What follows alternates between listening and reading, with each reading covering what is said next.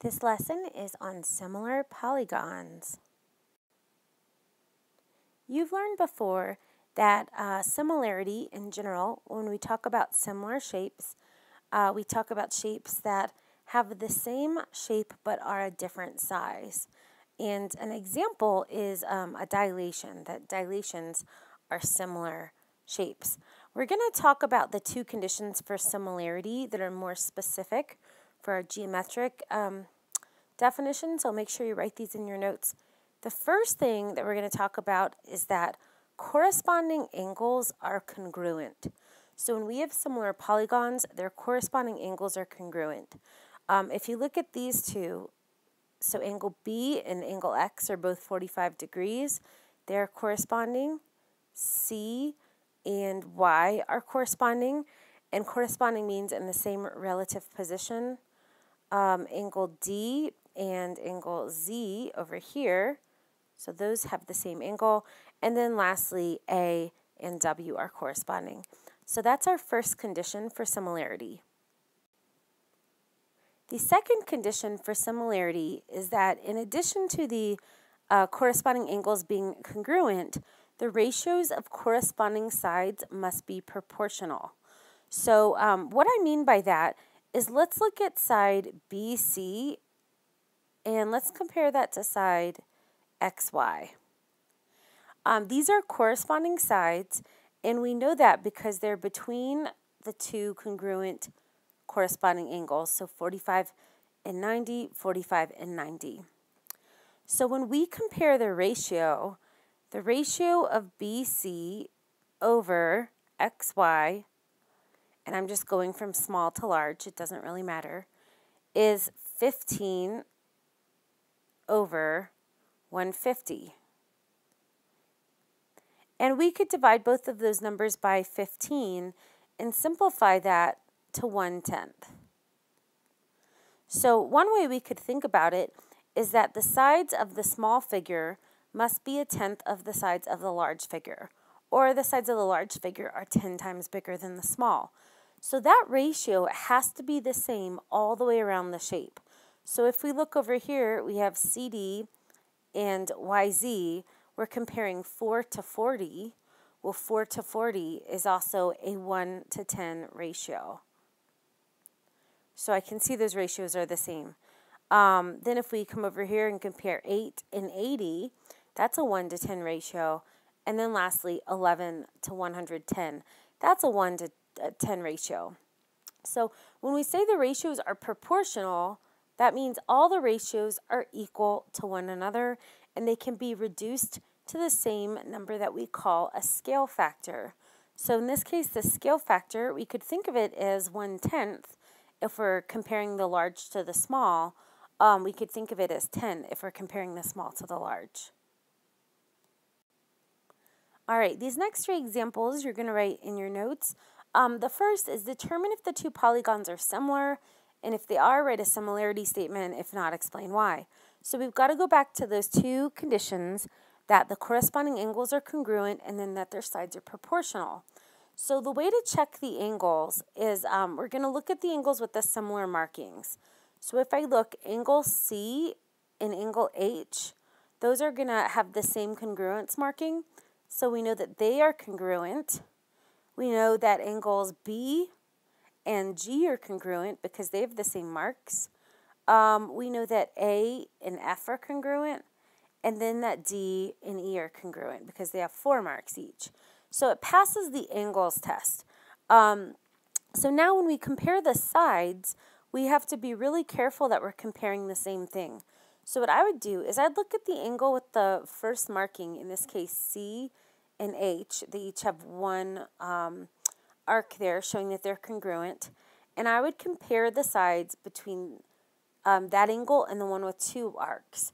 So I would write down the ratio of CB to HG.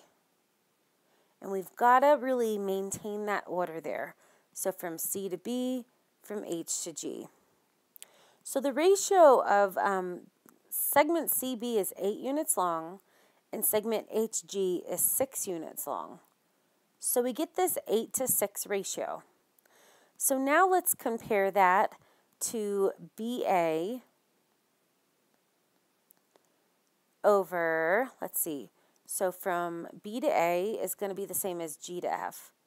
So BA over GF, and we again get an 8:6 ratio. We could reduce that to 4:3. Next, we'll compare sides AD to FE. So that's going to be 18 over 13.5.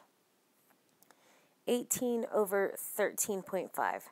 That's still going to be the same as a 4:3 ratio. You can check that in the calculator if you want. And then last but not least, we have CD, and we're comparing CD, so CD over, we're going to compare that to EH. So we're comparing 10 to 7.5. And the ratio of 10 to 7.5 is, again, we're going to get that 4:3 ratio there. So these are going to be proportional because all of these simplify to 4/3. So the ratio of all of the sides are the same. So now when it asks us to write a similarity statement, we have to write them in the order of the corresponding angles. So you don't have to write them in alphabetical order. I would probably do it in the order of which those angles are listed. So we said C and H are congruent, B and G, A and F, and D and E. So when we go to write our statement, we could call the first polygon C, B, A, D, and we could say that is similar to polygon H, G, F, E. Remember the similarity statement, or the similarity picture notation, is like that tilde that you sometimes see over the letter N in Spanish words, like El Nino. And remember that these have to correspond. So when I look at this, C and H are congruent, B and G, A and F, D and E.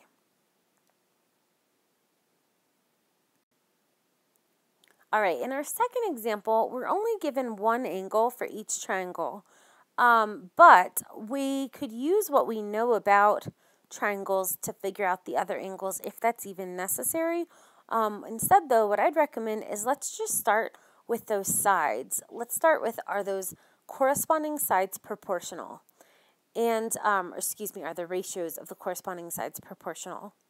The way to do that without knowing the angles is to compare smallest to smallest on each triangle or each polygon, medium to medium, largest to largest. So I'm going to set up these ratios so that we have from the small triangle,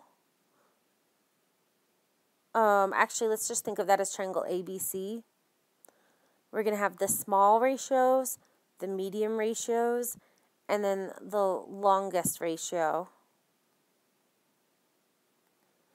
So the ratios of the longest two sides, and then we'll compare triangles A, B, C to triangle D, E, F. Okay, so if we take a look, the smallest side on ABC is 3 units long. The smallest side on DEF is 5. So we have the ratio 3 to 5. Remember, for these to be proportional, these ratios all have to be equal. So then the next smallest, we have 4 to 12. Well, right there, I can tell we're in trouble because 4/12 simplifies to 1/3. So these are not actually equal. If we compare it to the last side, we have 5 to 13. And 5/13 is not equal to either 3/5 or 1/3. So these are not not similar.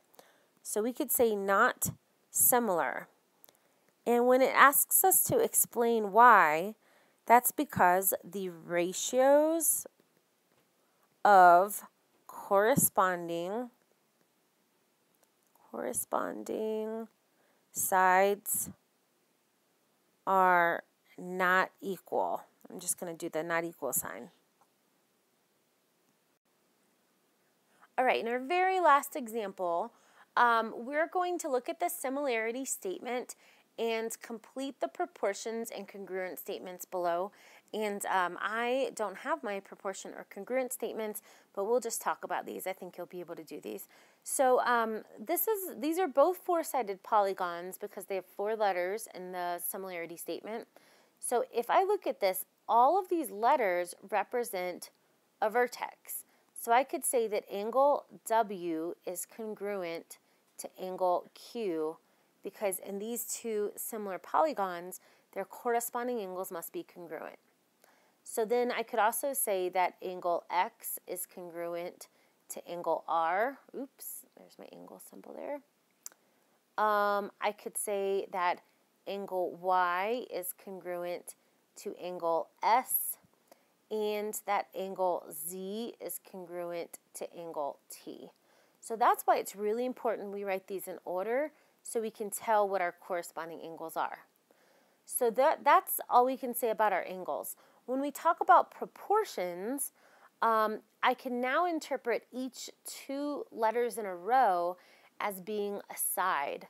So WX represents a segment WX that's on that polygon. So I could say the ratio of the length of WX2, since that's the first two letters, I need QR for my first two letters. If these polygons are similar, that ratio must be equal to, then I go to my middle two letters, XY over RS. That ratio must be equal to YZ over ST, and that must be equal to, we could call it either ZW or WZ over TQ or QT. So those are the four different sides of the polygons. Now we can do this without a picture, but if you weren't sure, you could have just kind of sketched two polygons and labeled them.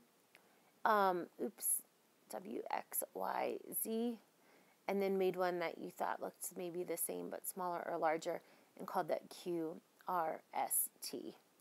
And then when we match them, we're really saying like W and Q, those angles are congruent.